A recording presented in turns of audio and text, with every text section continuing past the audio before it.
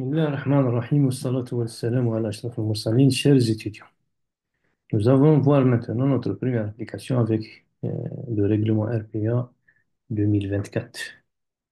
En fait, c'est un exercice donc qu'on a déjà traité par le RPA 2003 et par la méthode spectrale et qu'on essaie maintenant de le recalculer par la méthode, par le RPA 2024, selon les conditions du RPA 2024, pour voir un petit peu la comparaison à travers ce petit exemple. Donc, l'exemple, on le retrouve dans l'application donc, 15 déjà traitée. C'est un portique à deux étages, donc avec ses dimensions et ses caractéristiques de rigidité de masse. Et donc, dans une zone sismique de faible sismicité. Et le bâtiment donc, est un bâtiment de grande taille. On va essayer de recalculer cet exemple avec la PA224, sachant qu'on a déjà les valeurs donc, de micro et de la méthode spectrale. Donc, on rappelle juste rapidement donc, comment on a déterminé les caractéristiques ou bien les masses rigides et masses de cet exemple-là. Donc, on retrouve ces deux, la matrice de rigidité et la matrice de masse qui nous a permis donc de déterminer ou bien de calculer les valeurs et les vecteurs propres ou bien les modes propres de vibration et les fréquences propres de vibration. On a trouvé donc T1 est égal à 0,225 et T2 est égal à 0,089. Après le calcul donc, complet, on a trouvé dans la méthode spectrale donc les forces tranchant à la base qu'on a distribuées suivant les pages 1 et les pages 2 et les forces tranchant à la base concernant la méthode statique équivalente RPA 2003 qu'on a réparti suivant le premier étage, le deuxième étage. On a même calculé donc le moment à la base donc, de l'inversement pour les deux étages. Notre but maintenant est de calculer les forces tranchant à la base donc par le RPA 2024 et de le répartir sur le deux étages. Premièrement, cette méthode-là donc, repose sur cette formule-là, donc lambda S a d sur G T0 W. Il dit donc, on a besoin de W, on a besoin de lambda, et on a besoin surtout de T0 pour calculer donc le spectre de calcul S a d sur G pour le RPA. C'est surtout ça qui nous intéresse pour le. Donc, pour calculer T0, donc, on a dit qu'on a une formule empirique à utiliser, donc cette formule empirique qui doit être comparée donc, à la valeur numérique qu'on a déjà calculée donc, de façon exacte. Donc, les deux valeurs, si vous voulez, je reviens sur ces deux valeurs donc, qu'on a déjà calculées, surtout la valeur de temps périodique T1 qui est égale à 0,225 secondes qu'on appelle la période fondamentale. Donc là, pour la valeur empirique, donc si je la calcule avec une hauteur donc, de 6,5, un CT0075 qui correspond donc à une primitive de comportement, ça va me donner donc un T empirique de 0,3 sur 0,305 sur.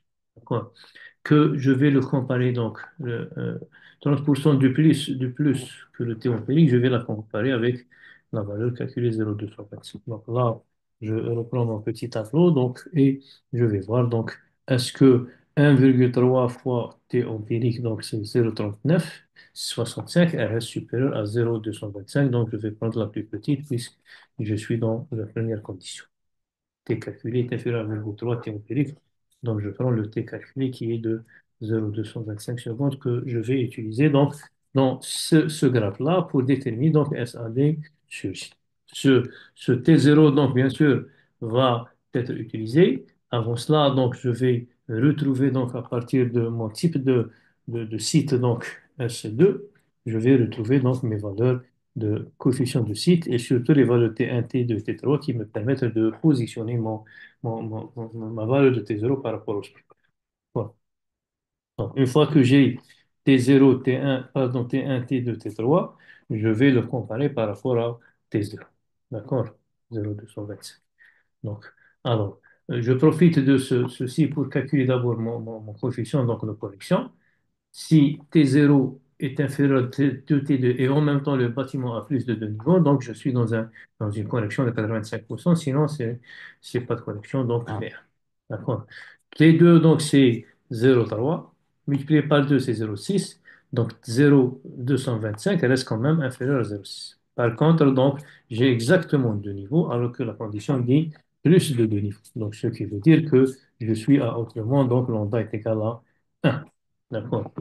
Donc maintenant, avec ceci. Donc, je peux calculer mon poids propre. Dans l'exemple, c'est simple. Donc, le poids propre, c'est la masse, c'est les masses multipliées par G. Donc, l'exemple, c'est une petite application donc, qui va me donner le poids.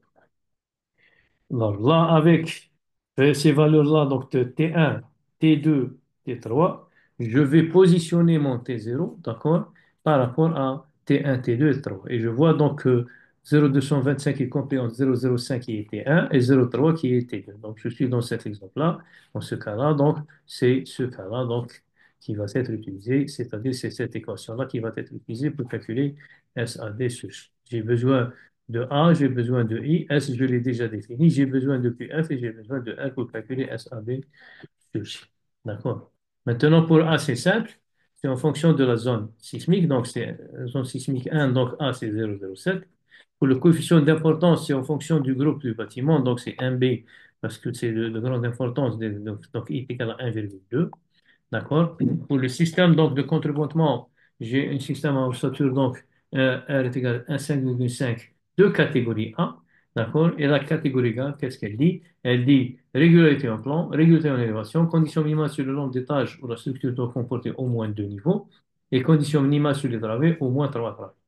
Donc la première est observée, la deuxième est observée, la troisième est observée parce que j'ai exactement deux niveaux. Par contre, la quatrième, donc, j'ai qu'une seule travée. Donc, si je prends en considération mon portique, donc j'aurai ici 1 plus 0,1, c'est 1,1. Donc QF est égal à 1,1.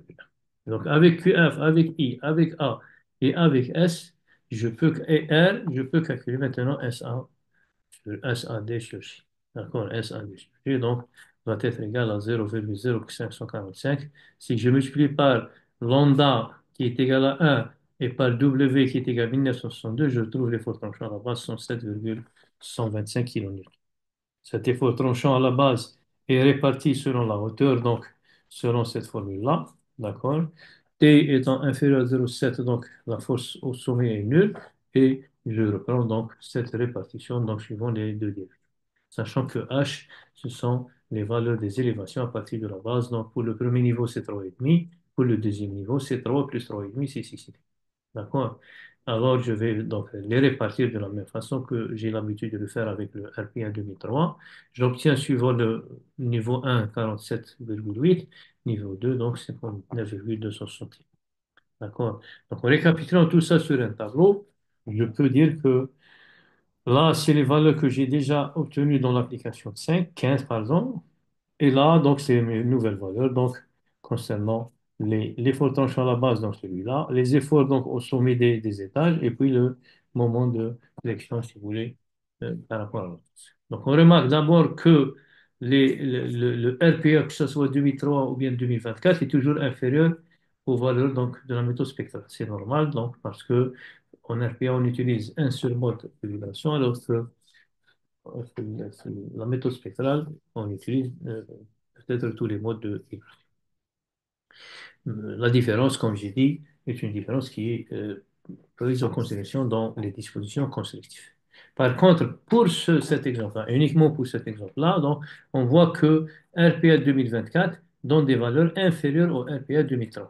Je pense que c'est l'objectif du RPA 2024, parce que j'ai dit le RPA 2024 est conçu de telle façon que on va protéger le maximum possible les biens et les citoyens, tout en essayant d'économiser sur les matériaux utilisés. Donc, on voit en commun qu'il y a une différence et une économie de 12,64% en effort tranché. Bien sûr, ceci est valable pour cet exemple-là, pour le pourcentage, mais généralement, donc, on trouvera des valeurs un peu inférieures par rapport au RPA 2030.